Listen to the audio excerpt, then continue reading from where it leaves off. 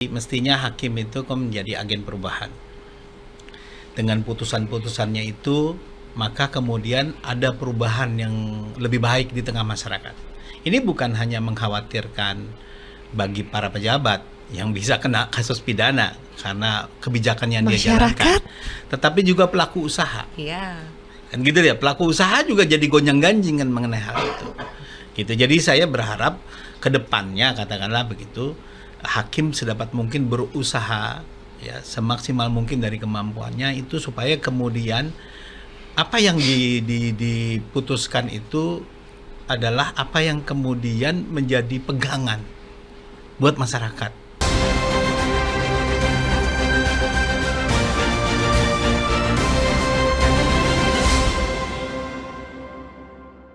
Kembali lagi Pak Huda, Huda, menurut Anda nanti hakim di pengadilan tinggi harus mengoreksi vonis dari Tom Lembong?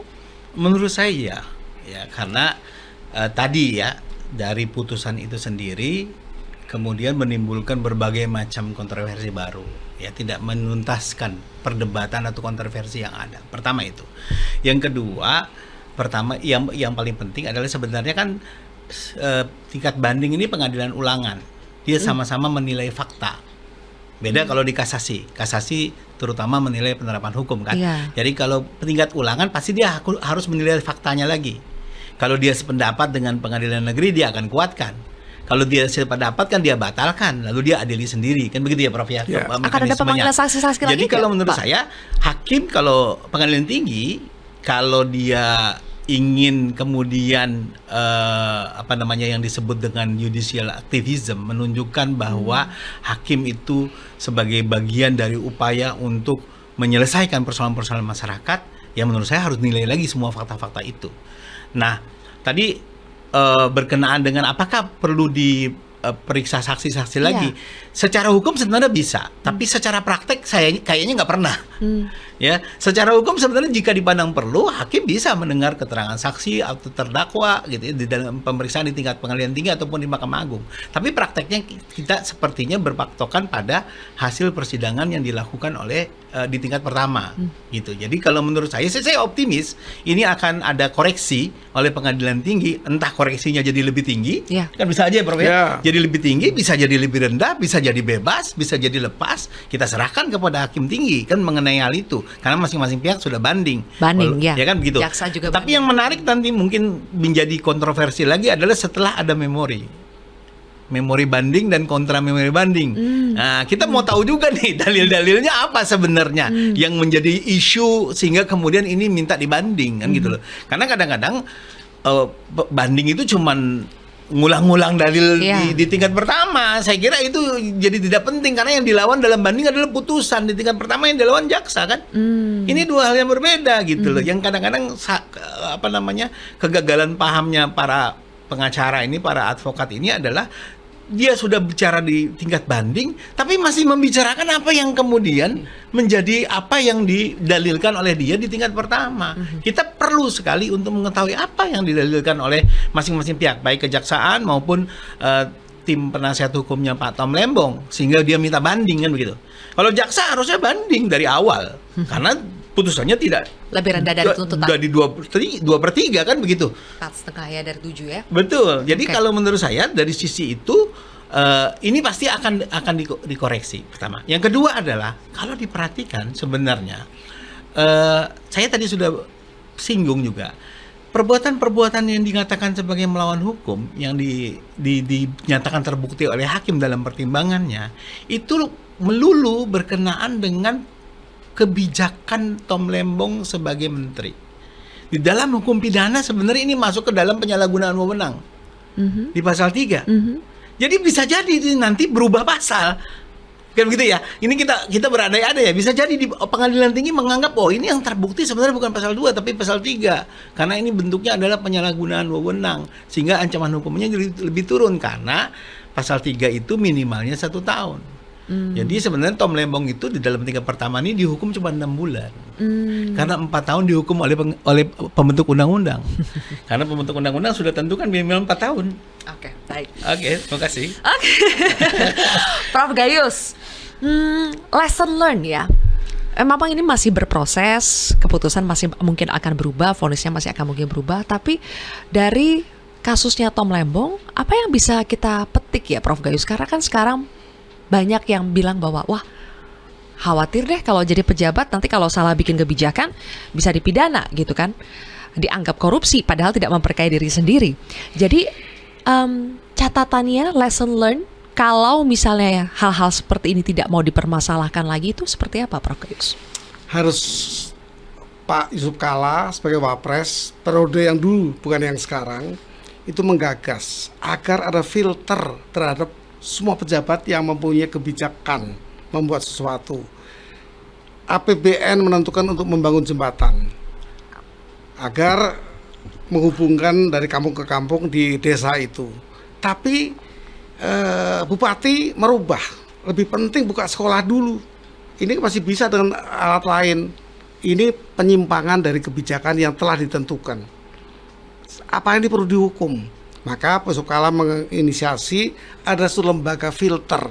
Apakah pejabat ini sudah melanggar kebijakan dengan unsur pidana atau kebijakan yang memang dilanggar utuh, tidak ada kepentingan tertentu. Itu sulitnya kita untuk menentukan nanti ke depan bagaimana pejabat takut menjalankan tugasnya sebagai pemutus kebijakan. Nah, saya lupa namanya, tapi itu ada lembaganya yang bernama, saya lupa tapi bisa dicari itu di zaman Pak Yusuf Kalla. DPR keberatan, saya di sana kebetulan waktu itu.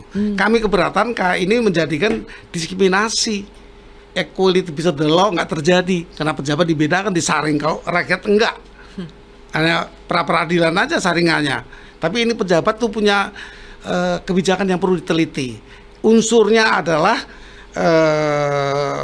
seluruh pengawas ya. Pertama inspektorat dalam negeri, berbagai petugas nanti untuk mengukur. Nah, DPR ketika itu menyatakan keberatan karena ini tidak menjadi kesamaan kepada pejabat dan kepada rakyat. Itu menjadi tidak diteruskan ide itu. Sekarang Prof Gayus mendukung ide itu diteruskan. Saya mendukung eksaminasi. Perkara ini kalau memang menjadi publik gonjang-ganjing, pro kontra seperti hari sama sahabat saya ini pun agak berbeda pendapat, itu harus ada satu lembaga. Negara harus membuat lembaga eksaminasi nasional.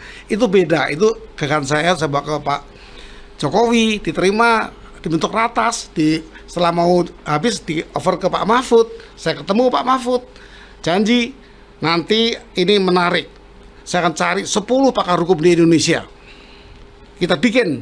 Nah itu Pak Mahfud, ya boleh, beliau dengar siaran coba ditanya. Tapi sampai hari ini bukan menyalahkan Pak Mahfud, berakhir kewenangannya. Jadi bagi saya MA boleh melakukan eksaminasi yang bisa merubah putusan. Eksaminasi baik dilakukan oleh lembaga-lembaga lain ini, LBH pernah, UI pernah bikin, Universitas Muhammadiyah Solo pernah membuat, hasilnya tidak merubah putusan. Yang ini harus bisa putusan dengan dasar SEMA nomor 1 tahun 67 yang ketika itu ketua MA-nya Pak Suryadi.